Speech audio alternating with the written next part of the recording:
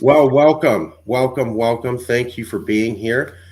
Part of our continuing series where we talk to people around California, around anywhere, about where we are today and what can be done. With us today is Professor Ethan Evans.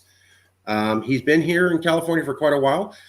He teaches social work at the university level. He has a background in sociology and his undergraduate was in political science. He also does homeless research and has been part of some big homeless counts and homeless or unhoused efforts. And most important, he's able to preserve many different types of vegetables. So, all of those things are going to be on display today for our analyses. Professor, what more can you tell us about you in what I like to call our 1 to 2 minute elevator speech? You and I are in an elevator. You got a minute to introduce yourself. What would you say? Sure. Thanks for having me here. It's nice to meet together like this. Yeah. Some highlights. There's some European experience. I've spent time in Germany as an exchange student und spreche Deutsch. I've done some of that homeless work in Germany, so I've got an international perspective on how not only homeless services, but broader social welfare and how nations seek to take care of their people and how they value them in things like constitutions. So I've done some review of comparative, constitutional analysis for social welfare. And I love being a Sacramentan, to be honest. It's been a good home for 26 years. I've passed the threshold that any country would, or that our country would have to claim residency and California stature. And again, glad to talk to you about things developing here. Well, we had met, and I told you, you and I had met the same way. They met with J.J. Ames, the political director, where just kind of called out of the blue and said, "Hey, I see what's going on." So, just for everybody to follow along who's watching, you generally, I mean, I don't agree with everything California does, but generally you like it here. Generally, you like the values here, and you have been not totally feeling warm and fuzzy about the way that America's been going the last couple of years. Is that a fair summary before we get into some gory details? Yeah, that's a fair statement. And I've also been subject to the views and perspectives of others. And so not only have I traveled back and forth from Germany and been an American there, but also I traveled back and forth from my home state and then town of Erie, Pennsylvania, and have dear friends and family. And so I get to see California and our nation from different perspectives. I feel how values and the way life is in California is different than other places in this country. And and so I have been watching with concern. Again, we got a lot of stuff to cover. Really want to show off your gray matter to the public, but what is the view of California from Pennsylvania? What is the view from Europe, please? For someone who doesn't know, imagine somebody doesn't. I've lived in California and I've never watched TV. I don't even know, like, what do they think of us in Middle America and in Europe? Well, I can tell you what's something that's changed over time, especially in Pennsylvania. It used to be, oh, California, the lands of nuts and fruits, right? And so just sort of a comical, free society, hippie, pot smoking idea of what California is, movie stars, of course. And so the Pennsylvanian look often is LA and the 60s. It used to be the primary joke when I would talk with folks or go back and hang out with people. And then when I'd meet someone new, they say, "Oh, you live in California?" And that has changed drastically, because now what people ask me about is whether or not Antifa is running the streets out here, and how horrible it must be when, living in such an unlawful place. And that has been a big change. I mean, it's a very different um, concern that people raise. And I say, well, you got to understand, California has everything, number one, be that landscape or climate, but it also socially has everything. And so, when folks get siloed into what Fox News is telling them, California becomes a place where there's danger, and that danger, is masked. And then in Germany, what I've always enjoyed is that when I'm in Germany, I've learned to say, I'm from California. Yes.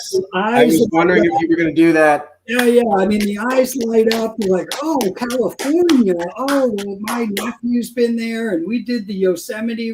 I call it the Deutsche Runde, which is like the German Circle, because so many folks there with their 6 weeks of state-provided vacation come to California and travel Yosemite, LA, San Francisco, and so they're just joyed. And when I say I'm from Pennsylvania, they sort of say, oh, okay, that's nice. Yeah.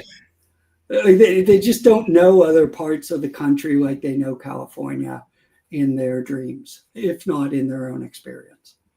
And when you say I'm from California, you get a different reaction than when you say I'm from Pennsylvania? Yes. Okay. Yes. And then the other thing is, then there's the as an American, and that gets a mixed response. It doesn't matter if it's California or Pennsylvania. California, I just get the eyes to light up. But I've had over the years, I've had some pretty intense conversations. Germans kind of love to hate America. We have helped them. We have a close relationship. Where I spend a lot of time near Stuttgart, everybody has a story of the the older adults have stories of the soldier who gave them bubble gum and after the Second World War. So there's this love thing, but then they look at our national politics and the roller coaster that we take the world on, and that conversation turns serious pretty quick. And some folks are willing to believe that not everybody is what they see on the news or from our national figures. And some people aren't willing to let that slide in individual conversations. So it used to be in America, hey, California, oh, they're kind of silly and wacky and weird and strange, but it's kind of, harmless, fun way. I saw some movie from the 1980s where this guy is a space alien in the movie, and he's on a date with this human woman. I like weird sci-fi. So they get into a taxi cab, and the taxi cab driver, it's a space alien. Taxi cab driver turns back and he goes, oh, from California. And then he just goes on. That's the joke. He's literally, but it was, oh, you're so bizarre. You're not like one of us. You must be a space alien, showing the cultural difference, but totally harmless. He laughed, off, turned his back to the guy and kept driving. There was no, oh, space alien, oh my God, you must be like that. And now I think what you're saying is it ain't funny anymore. And now I'm angry and mad and scared. Yeah. Our difference has been vilified. I think that's very accurate. The difference has been vilified. That's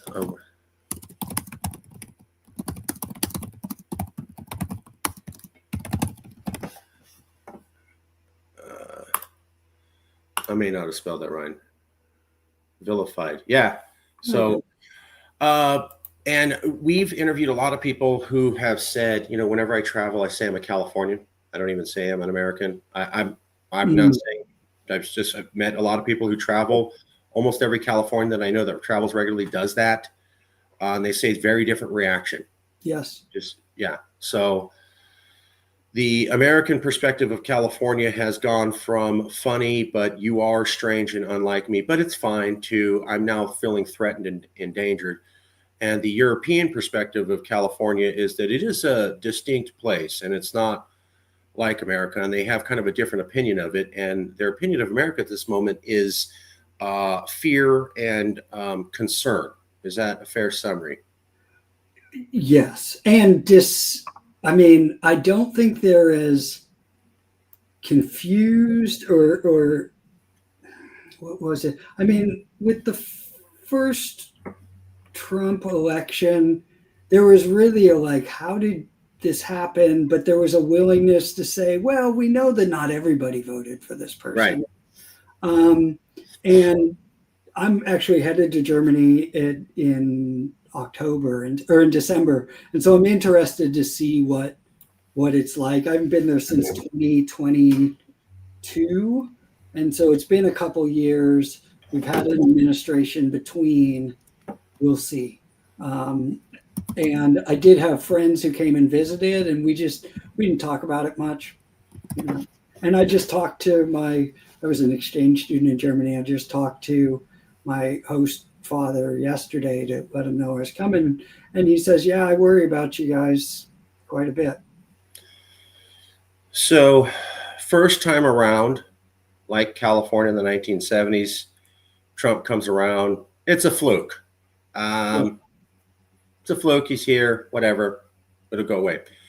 Second time he comes into office, oh, it's not funny anymore. It's real dangerous and real serious, and maybe not the level of hate or disgust that you see with Americans towards Californians right now, but concern, worry about the status of America and where it's going. Like this isn't funny anymore. This is real damn serious to them. The second time he got elected, first time he could write it off as a fluke. Second time Trump comes around, this is America. Yeah. Okay. We've been saying that. We famously have said that in 2016, we told everybody this is his country. Nobody wanted to hear that. Russia put him in. I remember one of the Black Eyed Peas was doing a halftime show on TV and goes, only a minority of this country backs this guy, right? And all the liberals I were with were like, yeah, that's right. And I'm like, they didn't want to hear it. And we kept saying, look, Hillary only won the popular vote by the margin in California. Yeah. Right? So, yeah. Yeah, I mean, I know. So Erie, Pennsylvania, where I grew up, it's only since the 80s, it's only voted for not Democrat in the presidential election twice. And it's been for Trump both times. And the first election, I was back in Erie in September or October, and I saw handcrafted Trump signs. And I went, oh shit, like he's winning this. Because to the level of people actually making their own signs means this isn't just a political campaign. This is something else. And that was true. And what was frustrating here in California, to your point, was that folks couldn't see much different. They could only think, oh, well, it's because everybody's racist or, I know these are my friends and families. They were good union workers, but they've been out of a union job for the last 30 years. And so they've, from that economic standpoint, left behind standpoint, they've been waiting for a figure like Trump. And it wasn't on the race element. It was on we've been voting for policies that haven't come through because we were good union members. And Trump came by and said, look, your folks you haven't had a union job in 20 years. You see that? You're still hanging out at the bar voting for the Dems. And he won twice. And it was clear to see that there was a difference. And then I do think what was frustrating is that there is a disconnect for Californians based on our history of where we are, where people come from, and how we live out here, that it makes us hard to see things clearly for people in other parts of the country who have, different surrounding, different economic opportunity or not, or lack of opportunity. Yeah, we had famously said, and just didn't get any traction in 2016 that this is Trump's America, that Hillary only won by the margin of California. If you pull California out, it does mean that a majority of Americans outside of California supported this man. Mhm. And the mentality at the time was Russia put him in, not the American people. It was a foreign government, Mhm. and he does not represent America. Hell no, hell no, hell no. And then he managed to survive to 2020, and Biden barely beat him by 3 points or less, which in America, they had all over the TV about repudiation and et cetera. But I read Deutsche Welle, Mhm. and they had a very different headline in Europe than the one America had. The one America had in 2020 was, yeah, see, we repudiated him. Biden, this is America. Look, mandate. In Germany and France and Europe, they saw what I saw. 2% ate repudiation. Who the hell are you feeding sausage to that's already rotten?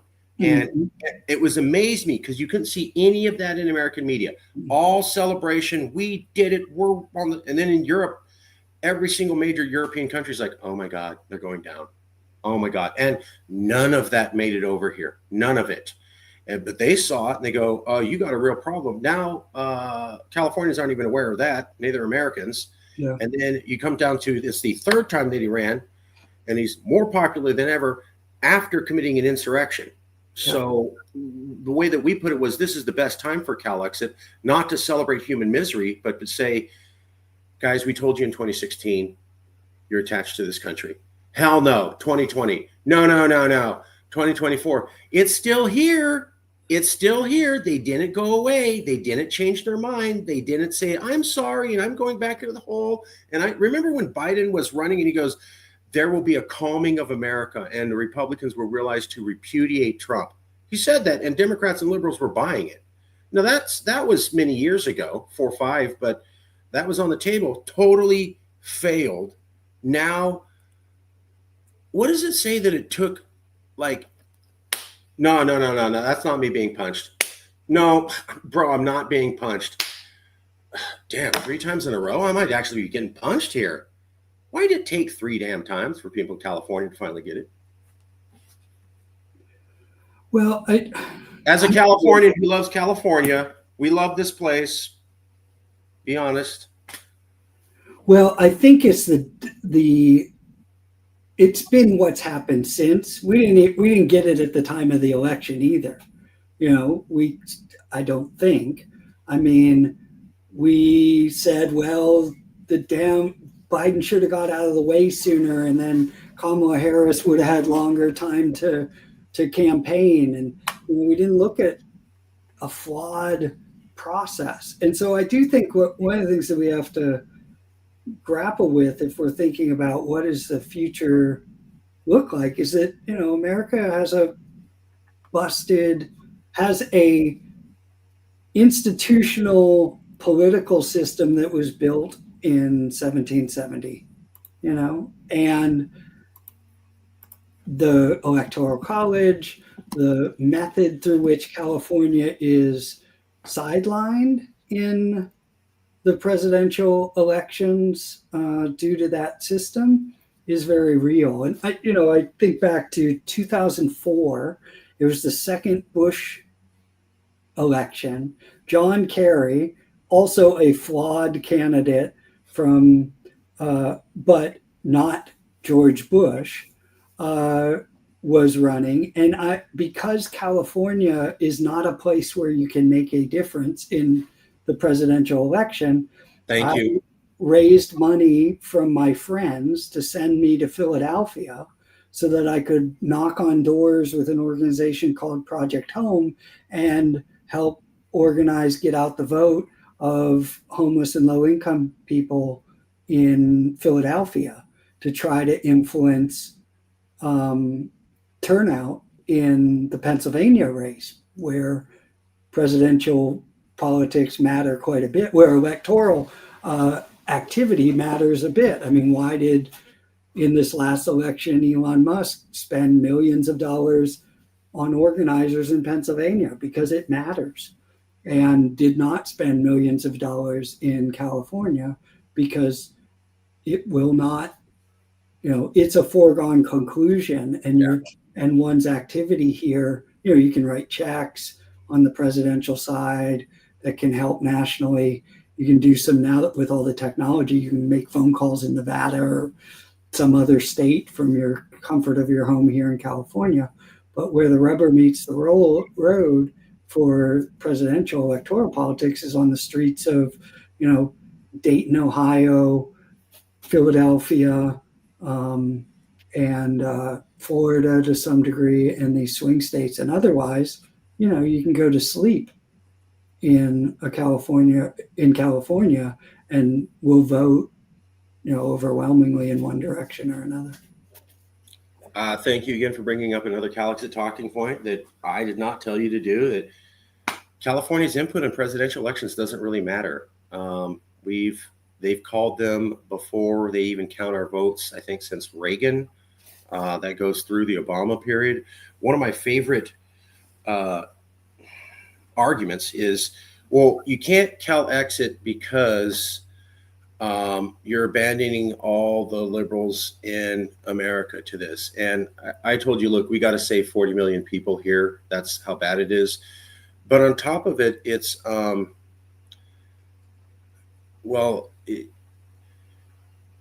we can take as many people as we want, and everybody's welcome to come here. But on top of it, it's the fact that California did fight in 2016. I mean, the top people pushing back against Trump were from California. The most protests were in California. The most amount of money to resist and all that stuff was California. Mm-hmm. And then we were there in 2020. And then we were there in 2024. And we gave everything 3 times in a row, and it did nothing. Did nothing. So they're like, don't abandon us. And I'm like, well, us being on the team isn't doing anything. The guy basically got in 3 times in a row. If they admitted that the Hunter Biden laptop thing was kind of made up, he definitely would have won 2020. So what's the point? What's the point? We're here. We're putting in our full weight. We're giving everything we possibly can, and it matters for nothing. Thoughts, feelings? Well, I think another place where that's important to kind of see is, and look at what, we've also given candidates. We've given people who rise to national prominence to try to be a figure for something. And one, that hasn't worked. And 2, look what they have to become to try to make themselves palatable in those elections. I mean, I think Kamala is a good example of that. I don't know. I'm not as familiar as I could be about her role in the state of California, but as a national figure, the sort of political gymnastics that she had to do through the primary weakened her capacity to be a strong candidate because of what would be expected to be competitive in those states where it matters. And so we could say, hey, we're a leader for the rest of the nation for values and such. But once a leader from our state gets into a position of national review, they've got to come back on those issues, or they've got to meld themselves into some form that can be palatable. And I don't think that serves either the rest of the country or Californians well, to have that type of, Play-Doh necessity for our political candidates. Also, I always like to bring up that I heard from a Canadian. He goes, well, here's the thing. Why are Americans having a healthcare debate? This was before when Obama was running. And he goes, why did Obama even bring up a healthcare thing? Why did Bernie talk about it? Why did it even get to the point where the Dems were pushing it? Because a country with universal healthcare is right on your border and you can't not see it. So we are the example right in your face. And yeah, you can go, oh, we're Americans. We don't care what Canada does. Yeah, but we're right in your face and you constantly have to hear about our ideas. So if California was independent, how do you know that those progressive ideas wouldn't be pushed into America the same way? We're able to do all the progressive stuff that we want. There is no blockage from America. And we're right on the border of America.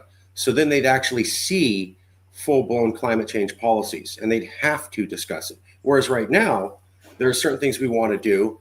And because we're under the federal largesse, no one in America is going to do it, right? There's certain climate change policies. Nobody's going to pull off public banking policies. Nobody's going to pull off gun rights policies or gun protection policy, gun safety policies. No one's going to pull off.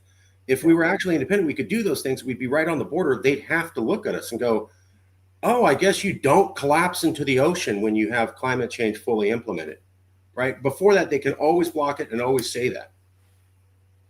Back to that German American thing, when I am in Germany, when the discussion of healthcare comes up, the question is simply, what the hell's wrong with you people? How is it not a right for people to have health insurance? How have you not organized? How is it okay for two people living on the same block with a 6-year-old? One of them's insured, one of them isn't. Both 6-year-olds hit each other on a bike, and one of those kids is injured and impaired for the rest of their life, and the other one goes to the hospital, has health insurance, and their family isn't burdened with healthcare costs. And there isn't an answer for that. I haven't thought to say, well, wait a minute. In California, we essentially do have healthcare for nearly all folks. That's been curtailed now, but we have the most expansive capacity for ensuring the most number of people who live here than most other states in the nation. Insurers have more than what federal, and at every turn where states are given flexibility, California push further rather than do the minimum. Right. Okay, see, everybody's had a good intro to what's going on and who you are and where we're at. And let's just get into this a little bit. So I cartoon it a little bit. Things aren't good in America. There's a lot of political division. There seems to be a lot of anger from the left to the right, from the right to the left. California is seen as the epitome of the left, and therefore it is getting kind of a focal point of the anger. I mean, Donald Trump literally targets this state. We had the Palisades and Eaton fire. People were dead. And he said, I don't know if I want to help them because I'm not sure I like them. And then he sent combat trained Marines in on our population. And then he also threatened to arrest the governor. And then he had our first Latino senator thrown to the ground like a dog. Then the vice president joked about his name the next day, intentionally getting it wrong to show that he thought that was funny.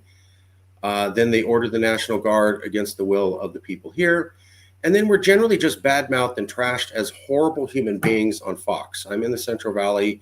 I know a lot of people who watch Fox because it's still purple here, and it's all the time. We're nothing but welfare and mutilating children and undocumented people committing the worst crimes against everybody. Antifa running around wild, forests on fire. It's like Mad Max, kind of. And I'm like you. I'm like, yes, we have problems, but it's still a functional society. So this is a picture of the opposite of America. In fact, the Republican Party, the last year Trump was president of its first term, had their entire national convention on how California is the anti-America. So, and I asked historians, tell me the last time one of the national political parties made their entire platform about how we hate this one specific state. Name that other time in U.S. history that's ever happened. And they can't. And I go, So also this is my favorite one. I'm always amazed at the number of people that don't know this. Half of the Republican Party says that California is not really American.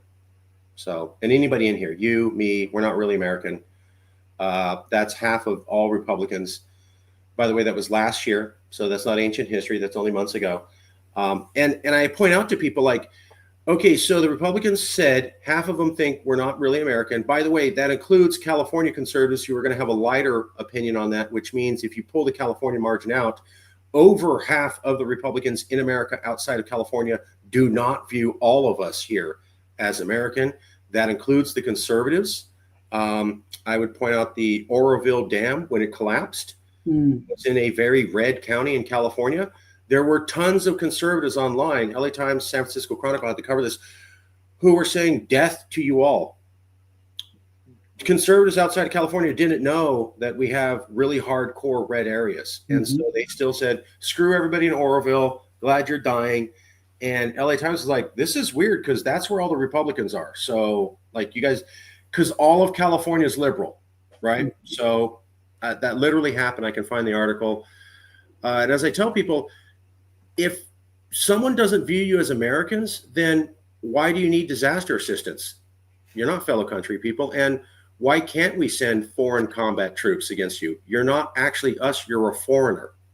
So why can't we arrest your governor? Why can't we treat your senators? You're not really Americans. We don't really need to help you. And we can send 29 Palm Trains combat troops to you. The kind of guys who go up against the Republican Guard or special forces out of China and North Korea. We'll send them to a domestic protest. And then we'll talk about how, we're going to target the place. Can you give me 1 second to get a cup of water? Yeah, please. Sorry, I got intense.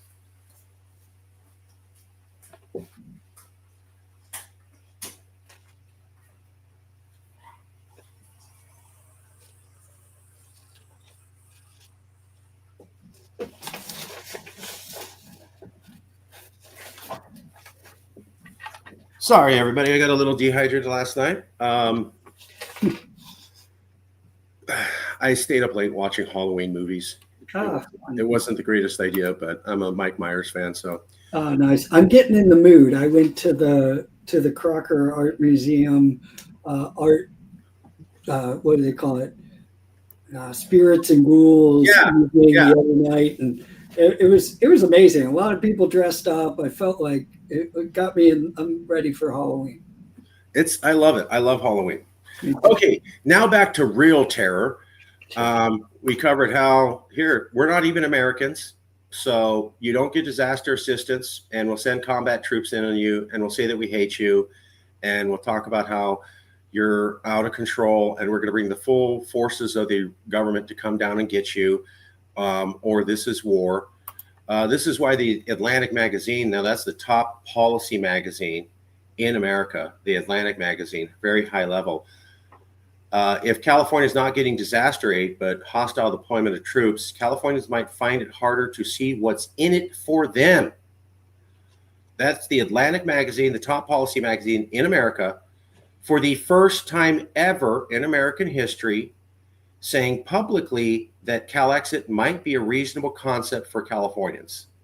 They didn't say you should do it. What they're saying is, given the way California is being treated, there's the quote right there from David A. Graham, June 9th, 2025, top policy magazine.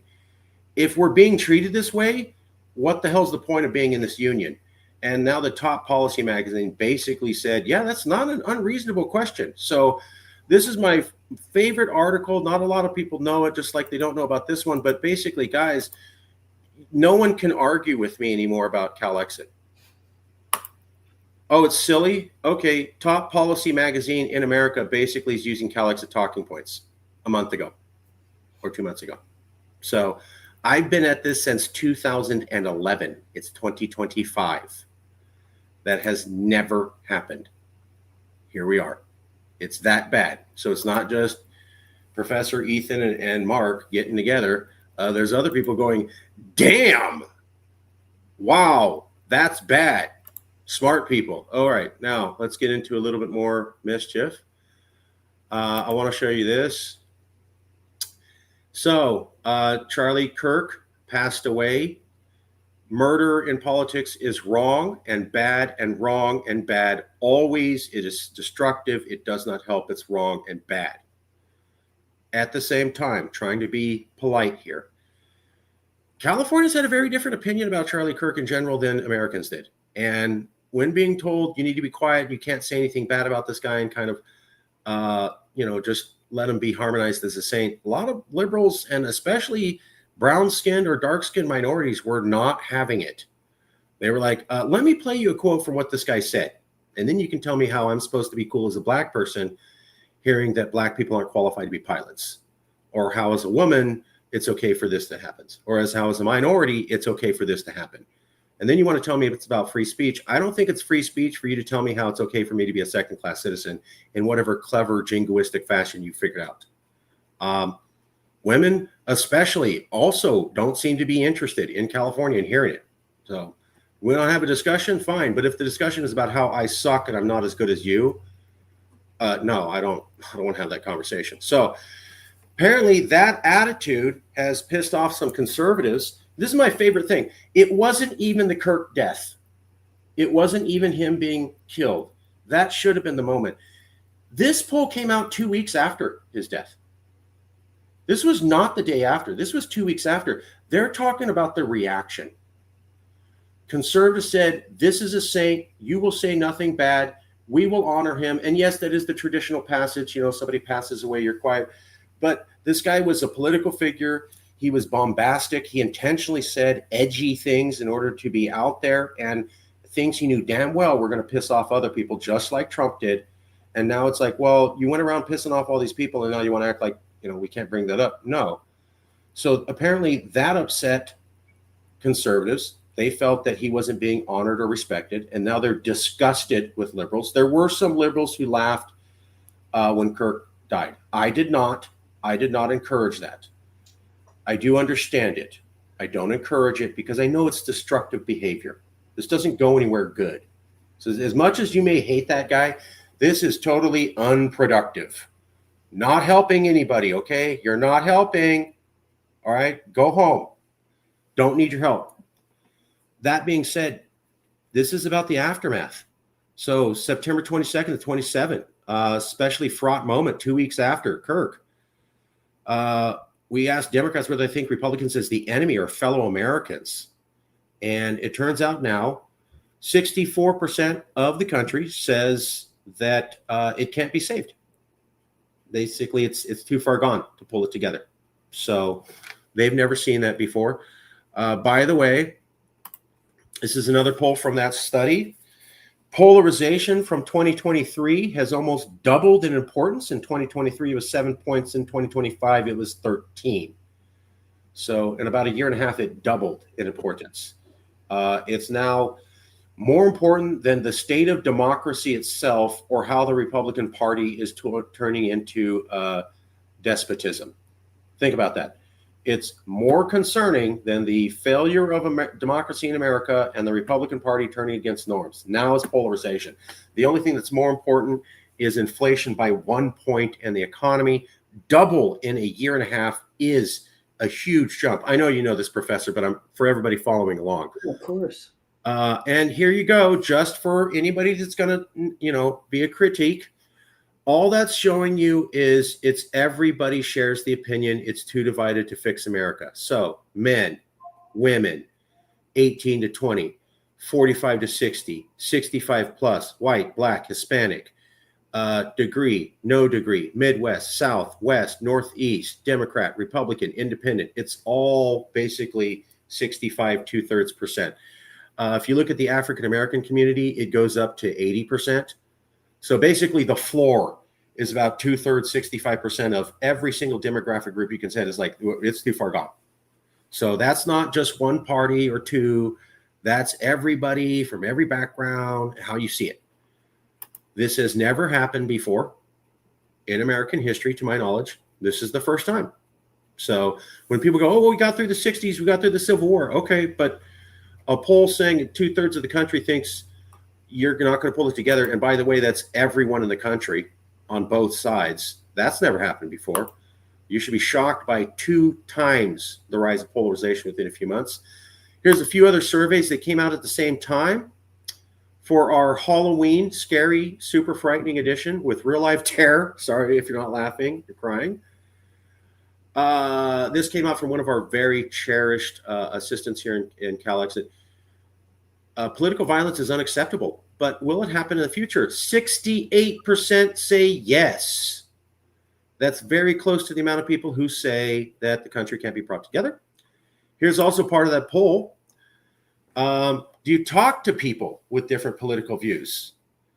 Online, about 10%. In person, about 10%. So about 90% does not speak to someone with different political views in general. Wow. Maybe every once in a while you'll meet somebody. Now, if you almost never talk to them, but you do, it's like 60% online, 48%. So that's 60% online. Almost never speak to someone with the opposite side. It's damn close. That 64% we can't come together. And it's basically showing what I've been bringing up.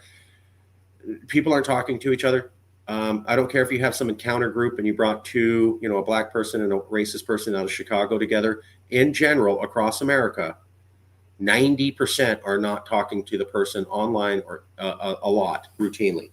So that means, maybe 3 times a year I say hi, maybe 5 times, versus I'm regularly talking to you once a week and I'm going, hey, I don't share your views, but I can see you at the same grocery store, kids store. I can see you're a fellow human like me. And maybe we do have some commonalities. And I'm really upset you voted for this, but I can also see you love your dog too at the dog park.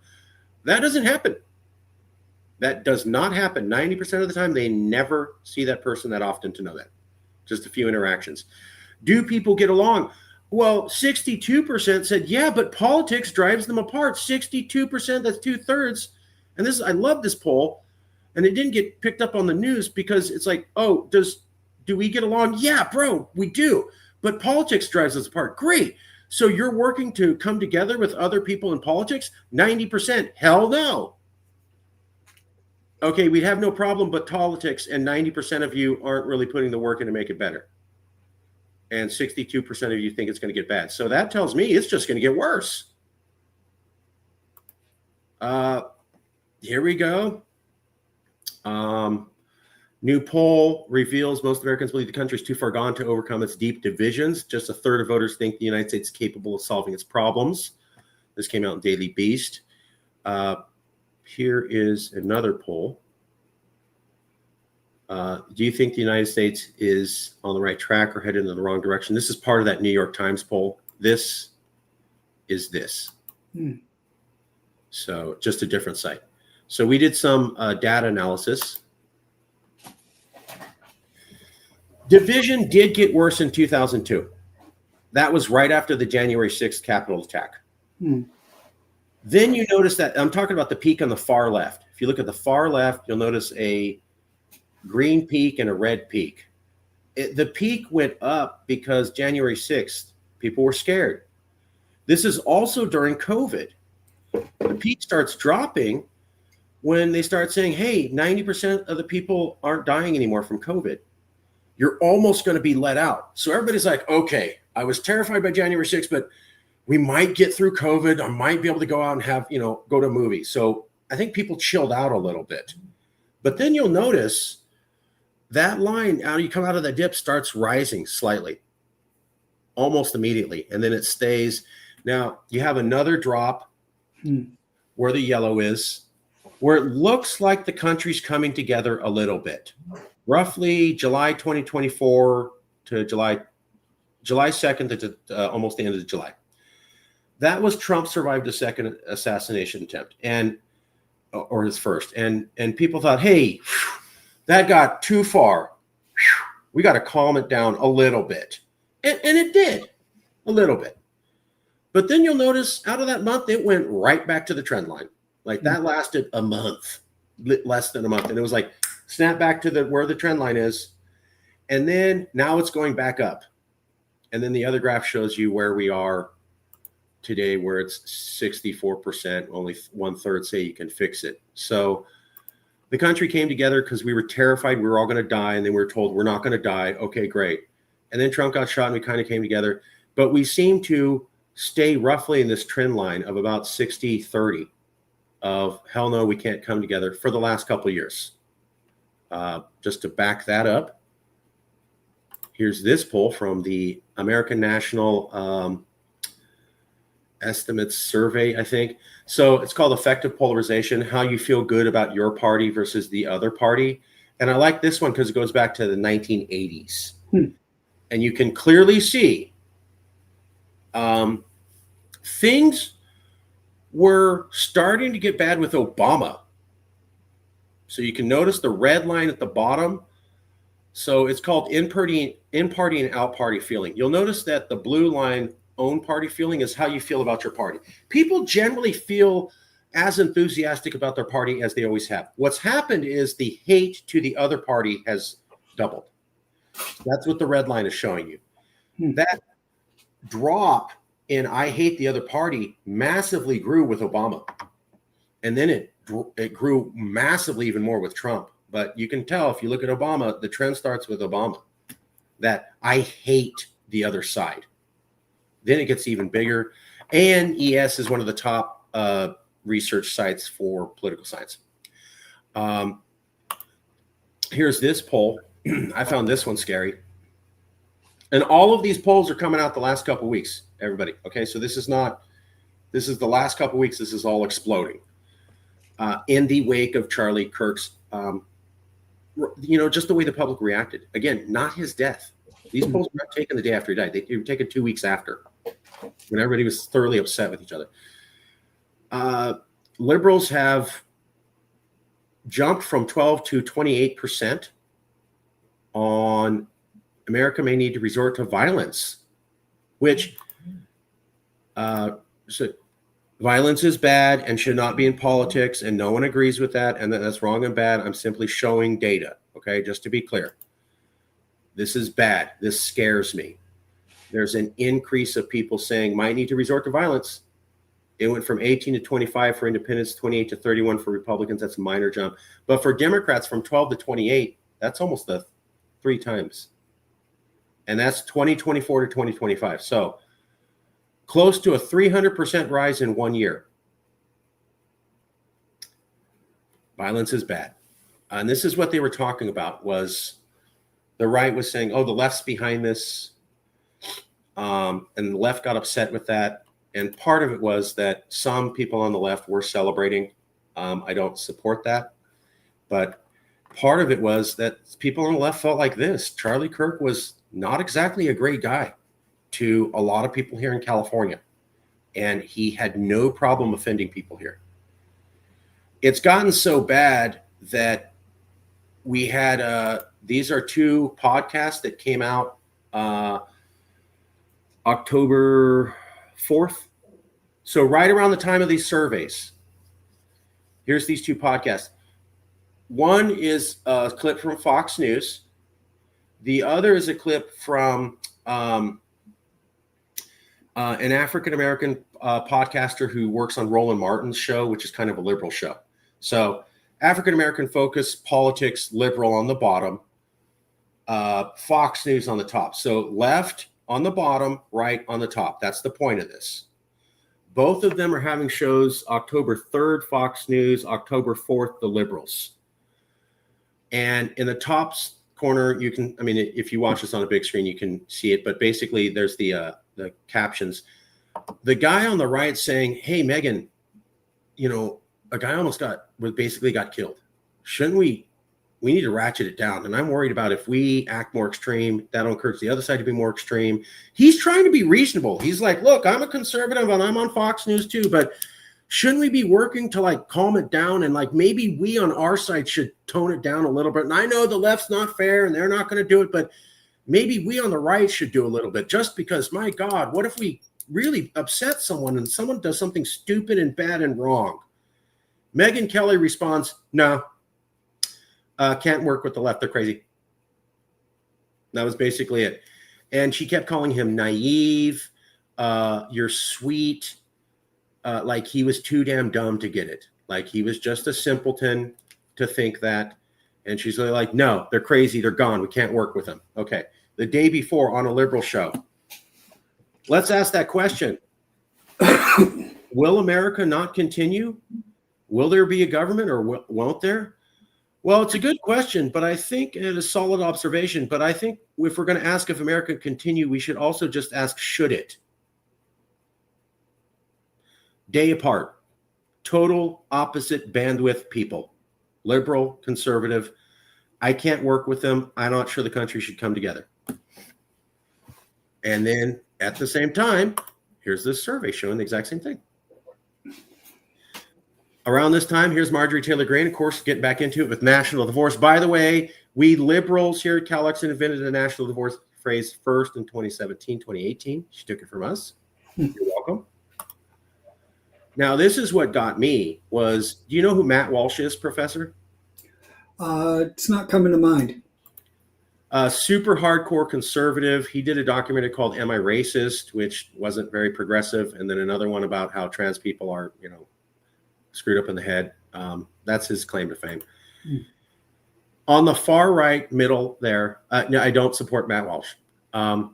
Matt Walsh, 6 million views.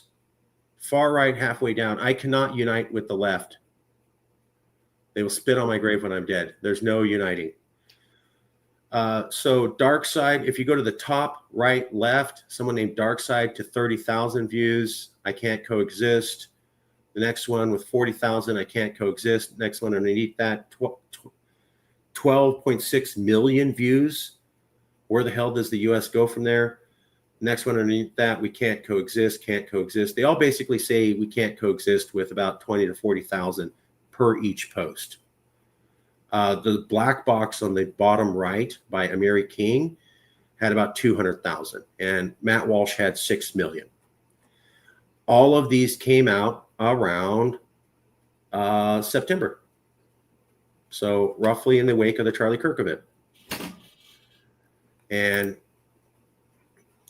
this also came out around that same time. Liberals are willing to cut off family members if they're not in the right politics, more than conservatives, which I find alarming or concerning. I don't believe that to be true, but hey, this study came out at the same time. And then finally, here's this one from Just Security, Assassinations in America, How Political Violence Became Personal. It came out October 1st. There was a survey taken by the Chicago Project on Security and Threats that found 40% of Democrats were willing to use force to remove Trump from office, a number that corresponds roughly with similar response among Republicans during Joe Biden's administration. So another poll showing about 40%. I know it's sobering. I want to get your honest reaction. I know that was a blitzkrieg. It's a bomb. Honest, raw reaction for a minute. How does that make you feel? Thoughts, feelings, just immediately. It's a lot, that's for sure. It's the last piece that stuck with me because while they did this survey of Democrats that said 40% might resort to violence to remove Trump, only one side called by Trump actually resorted to violence in an effort to stop the counting and pronouncement of a president on January 6th. Yep. And so, having a tit for tat here is something. And I guess what, you would think it would be easy to say, oh, wow, Twitter, people just talking junk, and these are, polls, and, there's a world values survey that's been asked in multiple, 111 countries since the 80s. And one of the questions in there is fundamental is you answer on a dichotomy. Would you say that most people can be trusted, or that you have to be very careful around people? And I use that survey with students to try to see where my students are. And it turns out we're not very trusting. And this is in a social work department. And it's funny because typically when I first started doing the survey, it turned out the students younger were far less trusting than the national average. And so it would be easy to dismiss some of these things as, well, that's just the way you ask it. And well, we have these trends and that, except we have seen real violence. There really are armed military police in Washington, D.C. right now.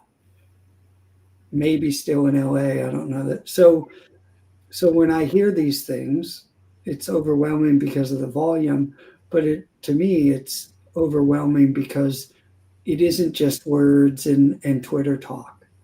And that's what this blitz of concern brings up to me. I'm a human, right? And I come in a spaceship and I land in front of your house. Hey, I've been in a cave for about 100 years. Last time I was flying around, America seemed to be doing pretty good. Everything's totally cool and America's going to last. And anybody who thinks that there's any problems with that is ridiculous, right? Or is that, have we entered the point where you're looking at all this data and it's no longer unreasonable to begin to wonder where the direction of the country will go or if it will stay united? Well, I guess what's frustrating is it does seem like the staying power of disruption is more forceful than the staying power of unity. And you showed that with your poll where you said, hey, folks sort of calmed their jets when there was a attempt on the president's life. And it was pretty short-lived. Now, the January 6th was a bigger rupture.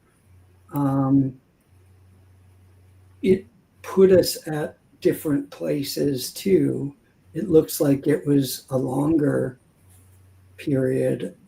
I guess maybe, I don't know if that's true, but I guess that's a concern, is that it does feel like, I would say to this alien that we've watched things rocking us and there can be more, and it does feel like we're, a big rock away from, real cascade. And again, I don't want to celebrate misery. The point is to show that when we're talking about California independence or the idea, I don't think it's a fanciful concept anymore. I think we're looking at the point where we've hit where it's a survival concept. As I told you the story, you and I think the first time we ever met, I use this all the time. If not, I use this all the time. You and I are on a yacht and we've been sailing for a while. It's been great. And then one year we noticed the water goes up an inch. Then the next year, another inch. Next year, another inch. We kind of ignore it because we're still dry. Then after 5 years, the water goes up and now it's touching the bottom of our shoes, right? It's actually over the deck line. It's not, the boat isn't sinking, but occasionally that water's lapping up against our shoes. Never happened before. And you and I have watched it go inch, inch, inch, inch, inch, inch. Now it's smacking against our shoes. Our shoes are getting wet. I turn to you and say, can we at least have a conversation about building a life raft? And you say, idiot. It's a joke. It's this. This was an interview the New York Times did with the top 3 leading experts in fascism. It's called We're Leaving. Happened about 3 months ago. My colleagues and friends were walking around going, we have checks and balances. Calm down, relax, chill. We got checks and balances. Chill out. And I thought, oh my God, we're the people on the Titanic saying the ship won't ever go down. That's Marcy Shore, one of the foremost experts on totalitarianism, who has now left America and lives in Canada because she's afraid of being removed. By the way, that's the Calixa talking points. I've been telling that ship sinking thing for about 4 years. And then I saw her going, we're sinking and people, let's play the band. Hey, the yacht's sinking, bro. I don't want to talk about that. So literally here's the experts going, the people who are like, calm down, relax, chill. You ain't getting it. You're not. And by the way, she bailed. She's gone. Didn't even want to test it out. Just a little bit more. This guy was talking about how the two parties view each other as the enemy more than anything else. Also, I wanted to show this. This also came out around the same time. It's more evidence like this is actual people talking around the same time. Here's just 6 more podcasts where everybody's talking about can America survive, and the division is really bad. I just wanted to show that there was polls and academic data at the same time that regular Joes and famous people are all, so you have regular Joes, famous people, and hard data all saying the same thing, all within the same time frame. So I think we've hit a new point where it's the broken heart syndrome. One of my favorite stories to tell people is Bleeding Heart, Kansas. Do you remember Bleeding Heart, Kansas, Professor? No, tell me more. Okay. The Civil War, by the way, I did a video on this. You can just look at the channel. The Civil War was horrible. 650,000 people died. And a lot of people go, well, how'd they get to killing each other? And the answer is always, oh, it's slavery, and it, you know, is a sin that had to be washed away. And it's like, yeah, that's nice, but not really. There was a thing called Bleeding Kansas about 5 years before the Civil War happened. The federal government said, we're going to allow Kansas on the frontier to vote if they want to be a slave or free state. Well, it was right next to the South and right next to the North. And so Northerners and Southerners flooded into Kansas to rig elections so that it would be, because if you got another slave state, now you control the Senate. If you got another free state, now you control the Senate. So they said, hey, whoever votes. By the way, the federal government sent in no officials and no vote counters. So it's just, we trust your word on whatever ballots you guys turn in. Okay, Wild West. Well, the elections get rigged by the Southerners from Missouri. And the Northerners don't like that. And then they go, okay, well, we're going to make our own northern town that's for free staters in Kansas. And we're not going to recognize your government because you rigged an election. Sound familiar? The Southerners then go burn their town down to the ground, but they don't kill anybody. Then a guy named John Brown, who's not even from the area, he's a famous abolitionist one. He'd be the guy that did Harper's Ferry Raid, shows up in Bleeding, Kansas. Here's about people fighting with each other and all the tension. He shows up, guns down 5 Southerners, and goes, hey, that's payback for you burning down that northern town. He wasn't even in the area. He was a rabble rouser who heard, and he goes, you know what? I'll show up and I'll get revenge for the North against the South. And I'll take it up a notch. Me by myself. I'll decide we should do that. He kills 5 people. Then the Southerners in the area go, well, let's go kill 5 Northerners. Then the Northerners go, well, let's go kill a Southerner. The Southerners go, let's go kill a Northerner. This goes on for about 5 years. And it never kills more than 55 people. Civil War cost 650,000, Bleeding Kansas, 55. But what happens is that newspapers in the South and North are constantly coming with these newspaper articles of Northern man shot in the face in front of his daughter by wicked Southerners. Southern man shot in the back by a gang of rabid Northerners. So you're reading these newspaper articles of fellow Americans will just murder me in cold blood, and they don't care. And that went on for 5 years. And then you had a Northern senator got almost beaten to death in the Senate by a Southerner with a cane. And then you had John Brown's raid at Harper's Ferry, where he said, I'm going to raid a federal installation in a southern state to cause a slave rebellion in a southern state. So John Brown's interesting because he basically kicked off Bleeding Kansas by himself, and then he went from Kansas on the frontier all the way back to Virginia and said, I'm going to pick the most hardcore southern state and try to start a rebellion in there. So the Southerners are like, okay, the Northerners are here to kill us. They killed us in Kansas, and now they're here in our own states, and they're ready to kill us in our sleep. We got to be ready to kill them. So it shouldn't be that surprising because there was about 50 people dead, and really only about 5 people, the first 5 people that John Brown killed, the Southerners burned a town down, but they didn't kill anybody. Then John Brown goes, I'm going to ratchet it up. 5 people dead. The Boston Massacre in 1772, I think, was only 5 Americans dead, and it caused the American Revolution. So one violent shooting of 5 people dead in cold blood is enough to terrify people to launch a war in 1886 and 1770. How do we know that we're not approaching that same period now where we're talking about people being unalived on video and back and forth? Well, we don't know where we are, except that we know where we are. We don't know, I mean.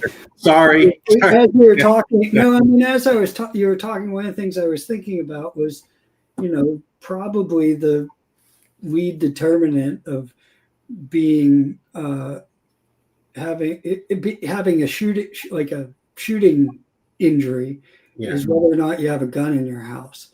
And right now, the National Guard has brought guns to people's houses in multiple cities across this country. So, does that spark anything? I have no idea. But there weren't guns in the house prior to the National Guard showing up on city streets. And where that goes, I don't know. I mean, I am myself, I'm particularly caught up in the state of this authoritarian seizing of power and consolidation. I've reached out to learn more about Cal exit out of that concern. And because I think voting more Democrats and going to one-time demonstrations is not a pathway forward. Thank you. And what the other pathways forward need to be investigated and pursued. And that has to happen by millions of people. And how millions of people get inspired to do something different than wake up at 6 o'clock, drink a cup of coffee, and go to work, I don't know. Because we've been well socialized to those of us privileged enough to do so. Wake up at 6 o'clock, grab a cup of coffee, and go to work as if everything's fine. Because maybe it's okay for me, even though it might not be okay. But I don't think things are okay in the state of the nation. And I'm deeply concerned. Top 3 experts in totalitarianism agree with you. So much she left. Also, the governor of California also said September 24th, recently, I'm not sure we'll have elections in the future. I'm feared we won't have an election in 2028. Straight up said it. And I believe him. I know politicians say whatever, but he hasn't talked this way before. And he seemed perturbed when he was on Stephen Colbert saying this. I understand be careful what you believe from a politician, but he seemed like he was, the spirit talked to him. Well, he seemed, he and others in the state are now motivated to change. I don't know if this is I don't know how to characterize this, but change democracy. Trump makes a phone call to get votes so he doesn't lose seats in the House that could make him face impeachment in the next election. Right? Hey, change your district so that I don't lose, so that I can win Texas. Yeah. Period. So now California, through a different process, because it's the only legal mechanism we can do it, which is to ask the voters to initiate a changing of district maps in between the census. Yeah. But why?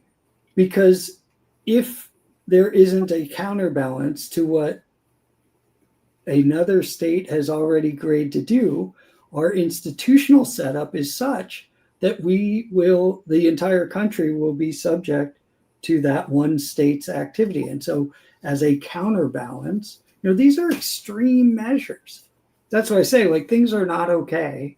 And, those are the officials. Those are the elected, people in our government, whether they're saying maybe there won't be a midterm election, actively pursuing extra governmental means or institutional means to counterbalance the dictates of the president of the United States and the cascading consolidation of power that is being pursued. And that may work, but it may not. I mean, California voters midterm election or a random election that only has some weird ballot measure on it, like, who knows if that passes or fails? And even if it does pass or fail, what is this? We're just gonna, as a country, any state who can figure out how to change their maps for the person in power can change that. That's not America. I mean, that's something else. And so we're in a period of something else. And so whether or not, I mean, I don't want to hope for what, folks are calling, will there be another January 6th? Will there be, mass insurrection? And I mean, will there be violence? Like, I don't want to call for any of that shit. But what I can say is no one does, just for the record. No one backs that. No. I mean, but what is happening is extraordinary. It's outside the realm of what the previous rules were set up to allow. And this is why I wanted to talk to you. Like, I knew you get it, right? This is not normal. This is not good. This is not, oh, we've had bad times. This is some unique things in history are going down that aren't good.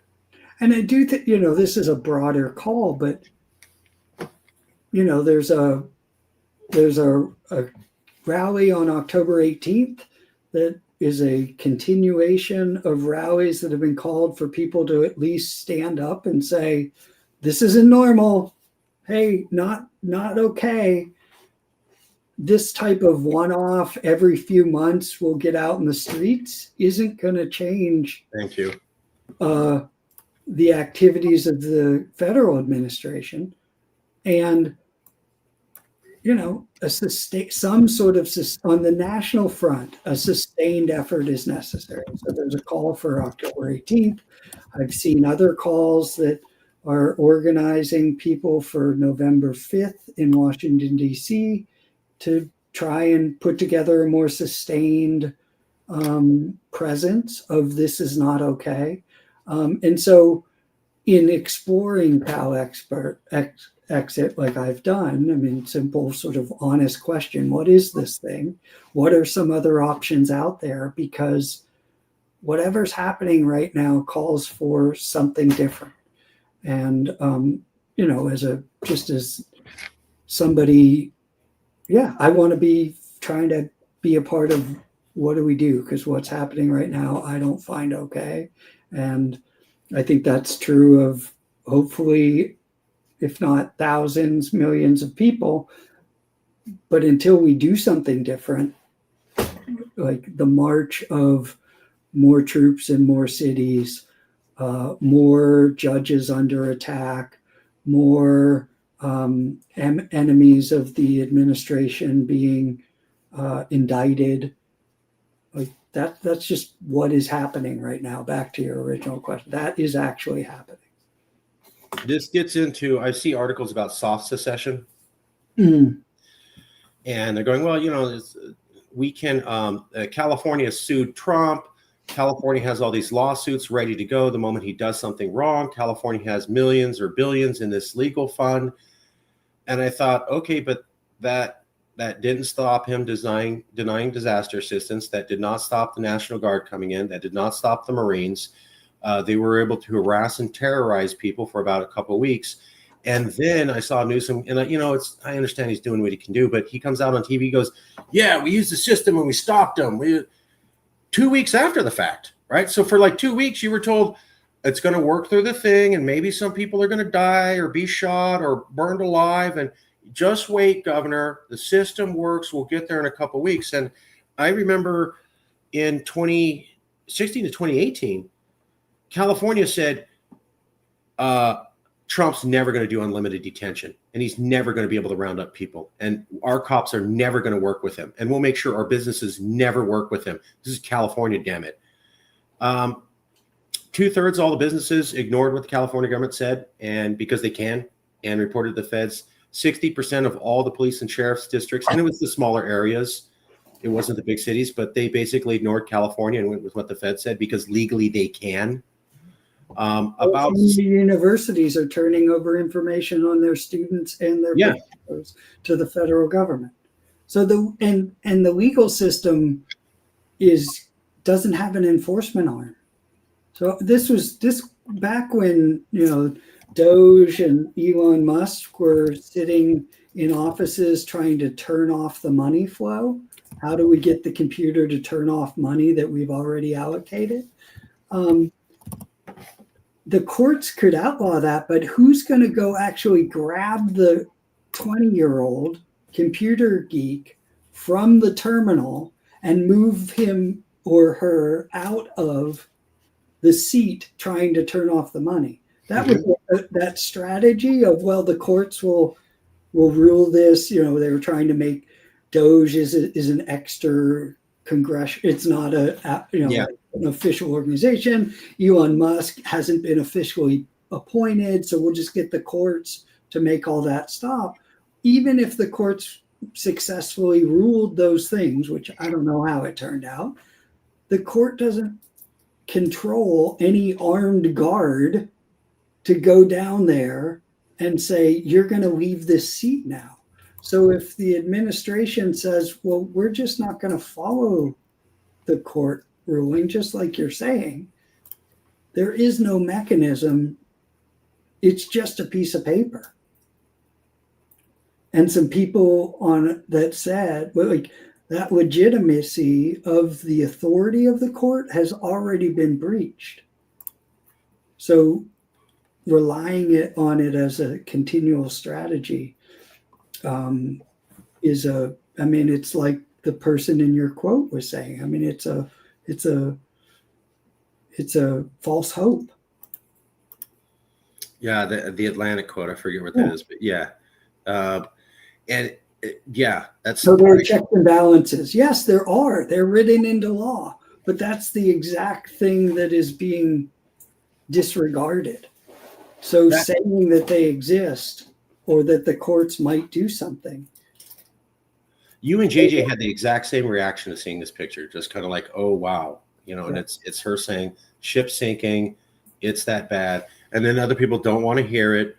My favorite stories of Kristallnacht, the night of broken glass in Germany, 1935. Again, just like in Bleeding Kansas, initially nobody was killed, only property destruction. But that night, every Jewish house had their property destroyed, burned. Nobody was killed, maybe a little roughed up, not too bad. But the cops were standing there watching. And then the next day, none of the politicians complained. There were no detectives coming around. There were no cops investigating anything. There was no discussion on the radio by the government. And so all the Jews in Germany go, okay, well, there was basically two groups of them. And I got this story from a rabbi that one of them said, we got to get out. It's going to get worse. I mean, they literally just smashed all of our homes and buildings with the cops standing right next to them, and no one in the government did anything or said anything on our behalf at all. They can do whatever they want. We need to get the hell out. But about half of them said, nah, they're not going to do anything. They're just blowing off some steam. I know Hitler wrote this book, but it's politics. He needed to win an election. He just says things to get people riled up. There hadn't really been a pogrom against the Jews since like the early 1800s. So it's 1930. They're like, bro, my grandpa wasn't even alive last time they tried that. They won't round us up.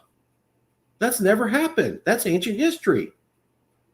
Well, all those Jews are dead, basically goes the story. And the ones who go on the night of Kristallnacht, time to get the hell out. Did you see how everything broke down, right? The cops did not protect us. All the cops sat by.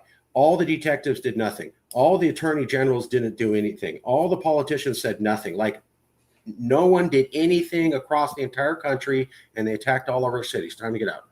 Half of them said, no, come on. We have checks and balances. Chill out. Relax. Exhale. We have checks and balances. All dead. So now we get to the point that you made, which I think is brilliant. What do? Shouldn't we look into something? And that's where we point out to the Blue Ribbon Panel Committee. Now, we do have an initiative out, and the initiative would put a vote in front of the California public for independence. Some people find that too extreme. I think it's just appropriate. A lot of people do like it. But Let's say you're like, well, same thing. Can we figure out what independence would look like, or can we do an investigation?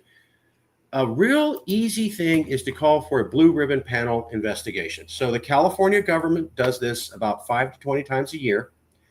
They do it on aging, stem cell research, clean vehicle fueling, nail salons. So my favorite story is a nail salon.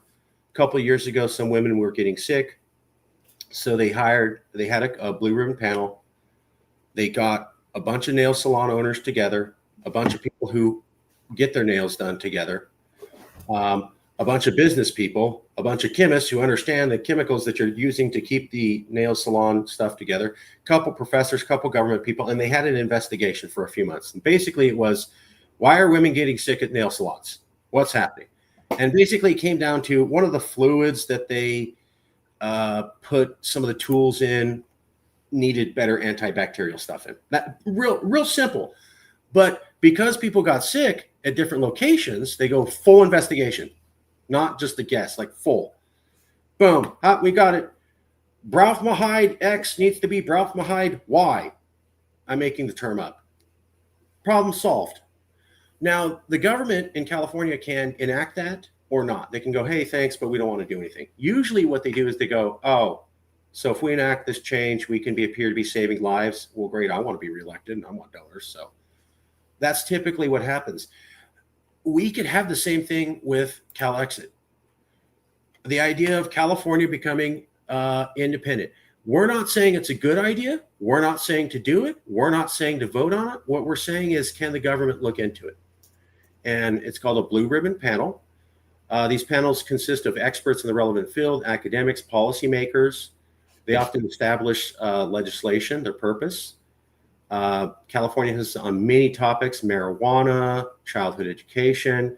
It's a mechanism for California to leverage expertise and comprehensive analysis to address critical issues and inform policy. I did not write this, AI did. So this is something we wrote to legislators. We're proposing a blue ribbon panel investigation that does not mean you're endorsing secession or supporting it. It only means that you're saying, is it worthwhile to know the facts about this idea before pursuing it further? This is an inherently reasonable stance given the actions taken by Trump. When the Atlantic magazine says that it is a reasonable idea worth exploring, there is no more room for debate. While not causing independence, a formal government investigation into the topic of independence was a key to encouraging the people of Scotland to pursue their first vote for devolution from England within 5 years of their blue ribbon panel being committed. It's called the Coleman Commission. It was by Kenneth Coleman. Computer's a little bit on the fritz, but it was basically they got 20 people together, government minister, social welfare minister, social work minister, sociologist. And it didn't say, hey, Scotland, you should be independent. It'd be super easy and there'd be no problems and totally cool, dude. It said, you could do it, but here's these problems. And you could do that, but then here's these problems. Or you could do this and here's these problems. And then the politicians had to look at it and go, okay, well, we can fix some of those problems to make it doable. But they weren't going out like with Brexit, going, everything gets wonderful the moment we vote for this and so much more money saved. That's not what happened. And like in England, I know people felt duped by Brexit after it happened. They felt like they were telling people so much health money is going to be saved. And that was a total lie. They put it on the bus. It was a complete lie. Mm-hmm. Scotland didn't do that. They go, our government's going to look into the facts. We're going to let them do it for a year. They have to have public meetings. And then we're all going to shut up and read the same report. And then we're all going to have a discussion about the same set of facts. Mm-hmm. And it's probably not going to say, hey, California's a cakewalk and it's wonderful. But it'll probably point out a few things like, when you're one of the top 10 GDPs in the world, you kind of do have power. Now there's water issues and others, but we thought this is a low-hanging fruit. Get the California government to pursue a blue ribbon panel. Now the CalExit initiative does that. It does two things. It calls for a blue ribbon panel and it calls for a vote. What we figured out is that calling for a vote is a bit radical, although we're pursuing it. Calling for the panel seems to become, well, where's that quote from the Atlantic magazine? It's just reasonable now. So if we can call for that panel, then we can make this happen. So, by the way, this is just an example of a blue ribbon panel. The Cal account blue ribbon panel was called for. They wanted to make a special bank account for poor people, I think, basically public banking. Yeah. Now, here's the great thing about the blue ribbon panel. It takes 2 legislators to propose it. Yeah. There's about 120 or 130 in Sacramento. It takes 2 to propose it and about 5 to support it. I have a slide, but the computer's fritzing out. We looked at about 7 blue ribbon panels, and it was always 2 people to start it, and then about 5 more backed it up, and full-blown investigation, basically, on its way. I'm cartooning it a little bit. But when we look at the fact that there's 120 plus legislators or around there, and we need 2. And I think it's worth saying, I mean, just you've raised in our conversation, you've shared this idea, and I'm like, okay, let me learn some more about this. I mean, this idea about separating, I didn't realize how American of an idea it is. I mean, I'm led to believe from the history that we were 13 colonies, and then we just added things to us. So, I mean, obviously the independence movement was a separation movement. But then what I didn't know is that then Vermont separated from other states and became an independent nation for 14 years prior to then joining the Union. That Kentucky was a county of Virginia and went through some process to say, we don't think we're represented well in Virginia. We'd like to be our own state. And then Virginia passed legislation to allow Kentucky to separate from Virginia and then pursue being a state of its own. And I read that had the Union not accepted Kentucky, they would have simply been an independent nation. Now, there would have been a lot of risks with that, as Kentucky on its own with no infrastructure made available from the Union, but that it would have been a Vermont, an independent republic. And so that this idea is not, it's actually quite American. And there are a number of different separation movements, ideas in states like Texas, Vermont, California. So I just learned that there's more talk about what are some parameters around which to seek independence, and that, you know, this is that it's, you know, the idea is there. I was also taken by, just to take us a different direction, in the, you know, that survey that you showed from the New York Times. Let me find that. I went into that and looked deeper into the data, because if you click on, in the New York Times article, there's a link that will take you to all of the questions that were asked in that survey. Oh, yeah. You showed how it's broken out by, you know, you can see across gender or age or race, but there's also region. Yeah. And, you know, when we think about America, we often do talk about the regions of the Northeast, the South, the Midwest, and the West.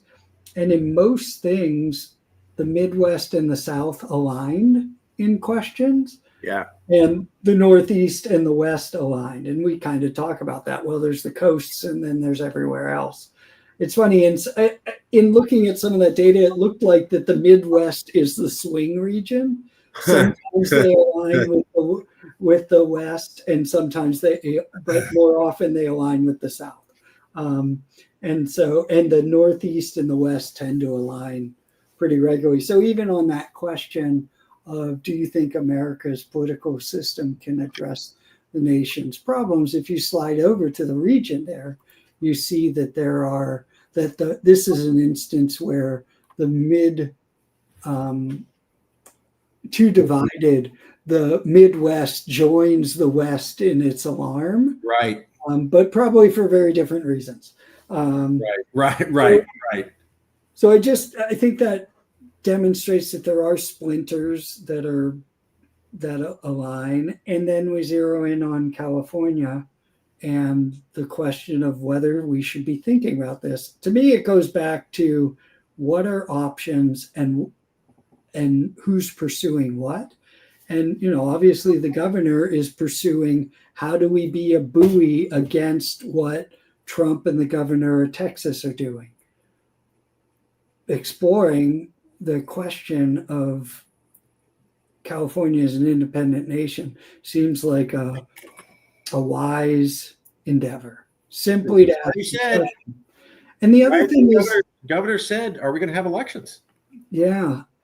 And what sounds cool about this Blue Ribbon Commission piece to me, and you showed the little clip from one of the statutes that was forming the Blue Ribbon Commission on the Cal accounts. Yes, is sir. that in such a thing, you can set the parameters of the questions. So, I mean, I think that there are more questions to ask than just simply, how can this happen? It's like, should we be pursuing the same two-party system in an independent California? Should, a lot more government, there are more governance questions that California should be exploring of how to ensure that we do the best by Californians. And we haven't asked that question for several. When was the California Constitution first put together? I mean, we haven't asked that for literally. It's been a little while. Likely, 100 plus, if not 200 years. And, we're in a different place. There's technology of governance has changed. And I think asking the question, what would it be if California were an independent nation, is it just a worthy area of study? That's basically the big idea. Is you want to have a vote for independence? I'm there. A lot of people are, but maybe not everybody.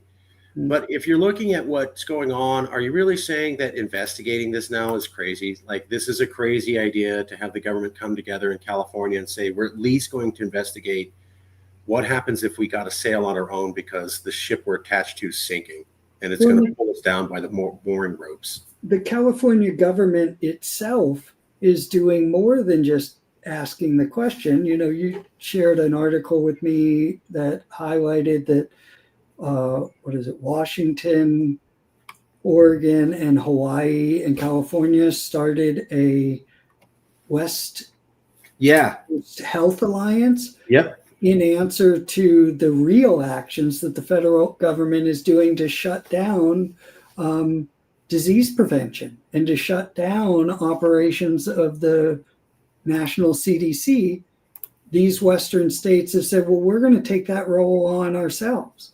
And so California is doing things without the study. They're forming actual alliance partnerships in areas that the federal government used to take responsibility. And so to think we wouldn't study further ways that California could take responsibility for itself. It just seems a very useful and timely effort. I will get you that $20 after the show. Oh, I'm not supposed to say that. I'm sorry. Exactly. That's the big idea. Is why is it wrong to have an investigation when we're watching this chaos happen around us? We didn't say do it. We said, let's get some people who know what they're talking about together and have them investigate and then inform all of us about the facts of this so we can have an informed discussion. How's that bad or wrong in a democracy? And how's that bad or wrong if you're the government and your number one concern is the safety of the people and you're watching what we're watching right now? How's that inappropriate to do that? To say, I want to look into this. I'm worried about where this is going. Well, I've spent a lot of time in my life studying things.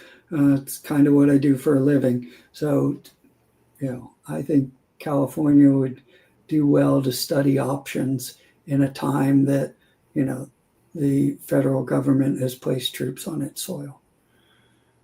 That's the big idea. let me see here. Support separation. Okay, so I wanted to show you this. This is the one showing that this is an example of two different blue ribbon panels. All this is showing is that if you're going to look at the A's count, it's 7. I know it's hard to see, but these are two different blue ribbon panels, and it's showing it one vote. It took 12 A's to pass. Another one, it took 7. On the other one, it's showing 14 votes, and on the other one, it's showing 5. So all this is showing is that I wasn't exaggerating. It takes very few votes. It takes 2 people to propose this, and then roughly about 5 to 7-ish to make it happen. So is that to say that it may be something to look into further, that these don't have to follow the full legislative process, because any given bill, and these are named bills, would go into committee and you'd see votes of, the number of people on whatever committee that could be this low.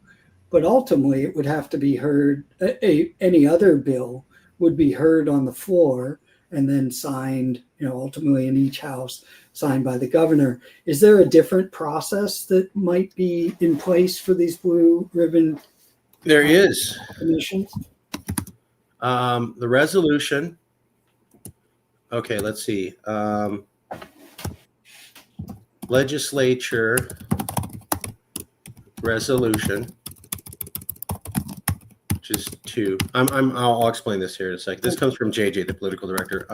This is what he told me. The blue ribbon panel call, which is 2, and then there is the initiative.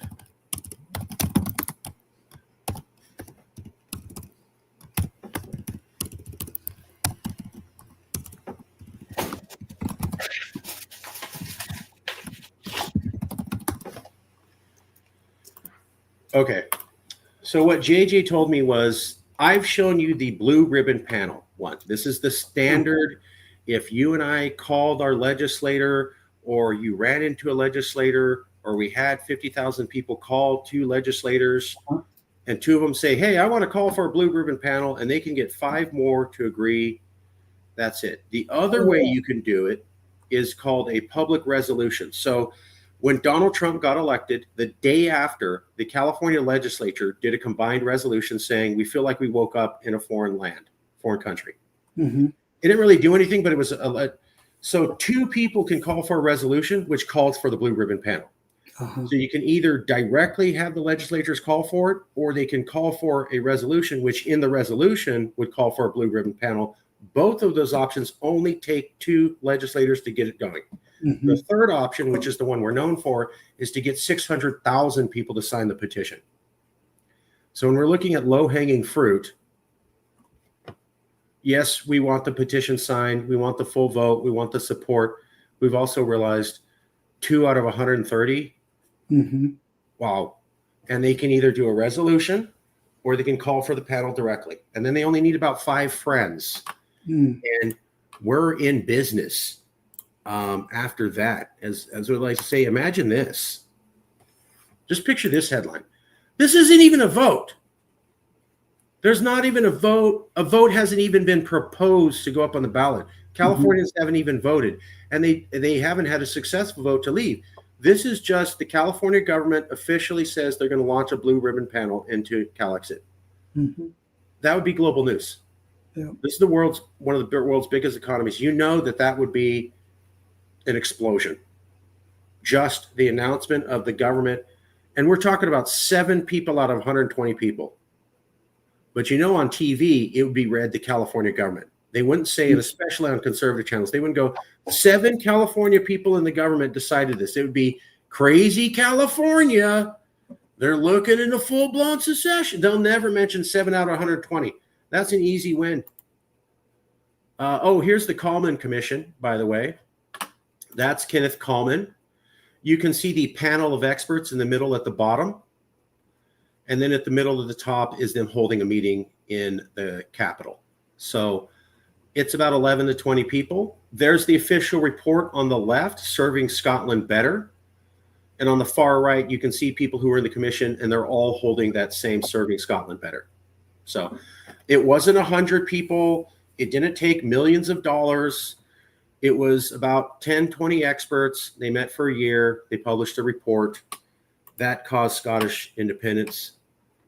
We only need a few votes. Here's a little bit on the Common Commission on Scottish Devolution. Just a little bit. It came out in 2008. They finished within 1 year.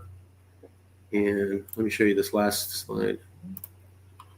That's an example of the Common Commission's itinerary. There's the letter from Kenneth Coleman saying, "The future of Scottish devolution within the Union, a first report." I don't know how this is going to go, but I'm charged by the Scottish people to investigate this, and he did. Now, you were saying you can write in the conditions. Well, that's exactly what they did. If you look at the right, the tasks will be principles to consider. Underlying principles by reference to the commission should be its thinking and conclusions. Functions, boundary, devolved responsibilities of the Scottish Parliament, where that boundary might be moved, engagement to consider how the commission can communicate to all the Scottish people and provide evidence, financial accountability to consider the current funding arrangements for the Scottish government and how it goes, and intergovernmental relations. How can the Scottish and UK government deal more like foreign countries? So they literally said, well, we're going to study. And then I don't have the full list, but here's half the list. Honorable Lord, everybody's a lord or a lady, right? Sure. So Lord Boyd of Dunconsby, former Lord Advocate and Labour peer. That just means he was a politician who ran and he's been around. Chancellor of the University of Glasgow, academic. Housing cooperative expert, Randy Deere, sound familiar? Retired judge of the European Court, convener of the Scottish Liberal Democratic Party, another guy of the party, former Scottish office minister, conservative, an agricultural college guy, so technical expert, youth activist, and Telegraph Media Group. So media, academics, business, lawyers, but it wasn't 1 million people. Yeah. That's my favorite part. It wasn't, that's it. That's it. They got, and when California does its blue ribbon commissions, it doesn't call 1,000 people together. It doesn't take 50 million years. It's about 10 to 20 people. They meet in the Capitol. They take a couple pictures, maybe some video, and they release a report within 6 months to a year. Well, yeah. And all that could be stipulated as to who'd be on it, how it would do its business and meet in any piece.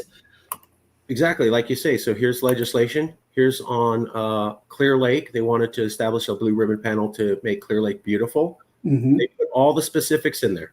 Oh, yeah. Meet quarterly to discuss review research, et cetera, et cetera. Nope. Same thing. Here's another.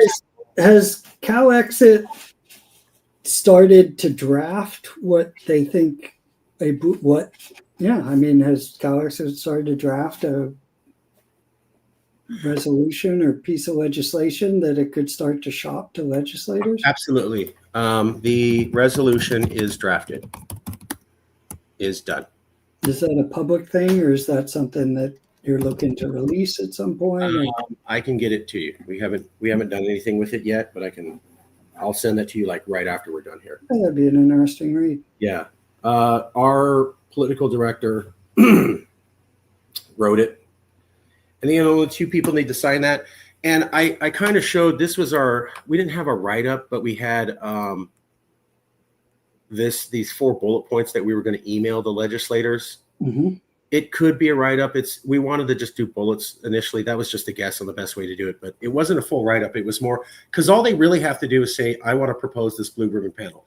Right. If you're doing a resolution, it's got to be written out. So it is, and this found our year of our Lord. Mm-hmm. For a normal blue ribbon panel, they just go, hey, I want to do this, bro. Do you want to back me on this? And then they write up some legislation, which, looks like this kind of boring boilerplate.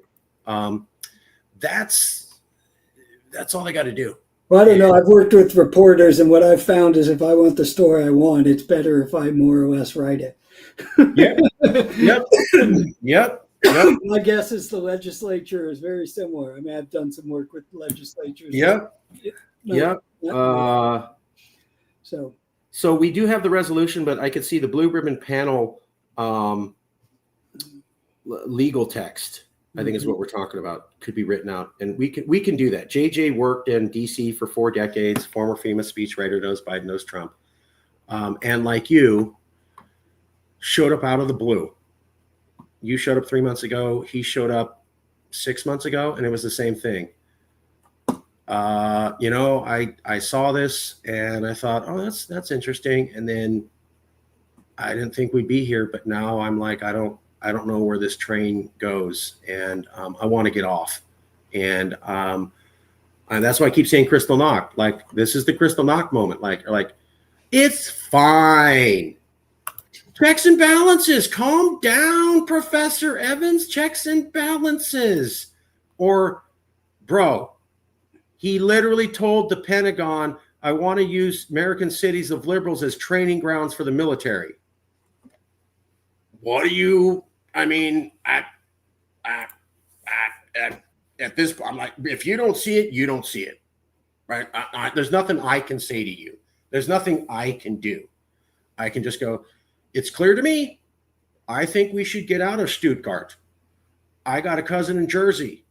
No, we're going to lose half our ownings, but we'll be alive and we can have kids and maybe we can rebuild. Bro, relax. Chill out.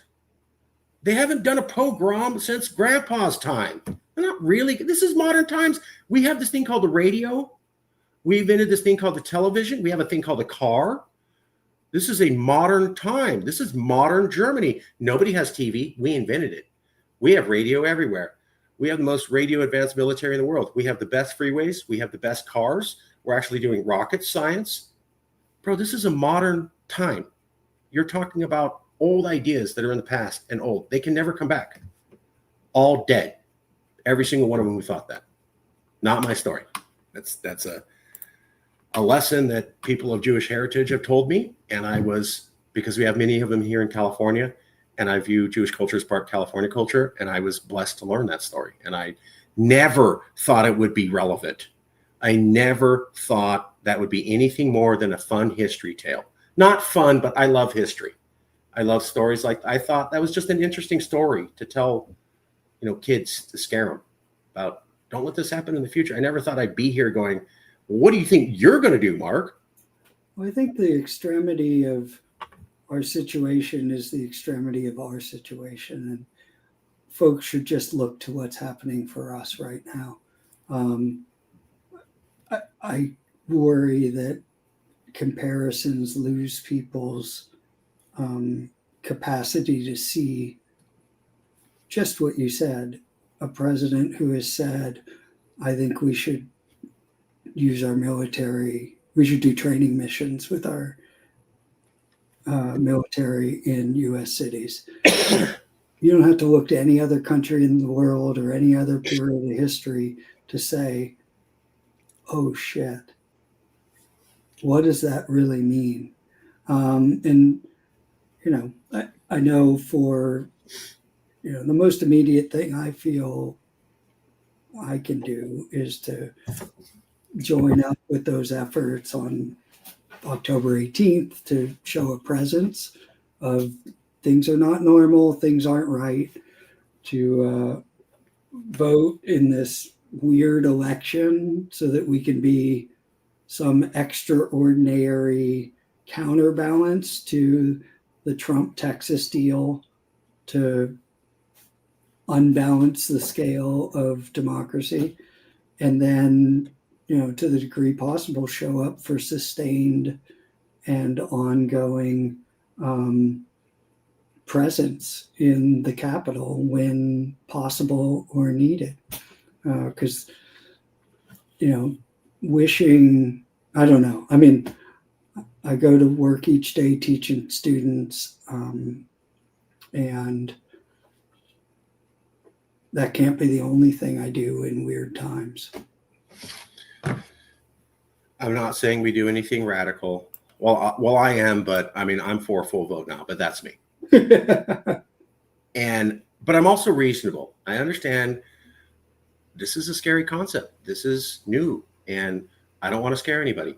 And what Well, I've I been don't think a vote is, I mean, that's as American as anything. Or the California, right, I mean, look at some of the goofy things we voted. I mean, those initiatives get used for all sorts of ideas, and they're floater balloons. It's like, hey, should we do this? Somebody gets some money together, they go out and collect some signatures, they throw it on the ballot. Like you were called to do, you're leveling off of doing a very reasonable, hey, let's ask people, what do you think? I mean, what's the worst thing that happens? It loses, but you see, I'm the percentage that vote, yeah, I think we should consider this would not be zero. we think the time is now. We think we can get legislators on board because you don't have to back it. As a legislator, you could go, I think this is extreme and I'm not there. But my constituents will back. I mean, half the time things go to the ballot is for that reason, because legislators don't want to put their neck on the line. Right. They don't want to say something and get out front of their constituents. So they utilize the ballot process so that they can get the bellwether voice of the people rather than have to be out front. Yeah.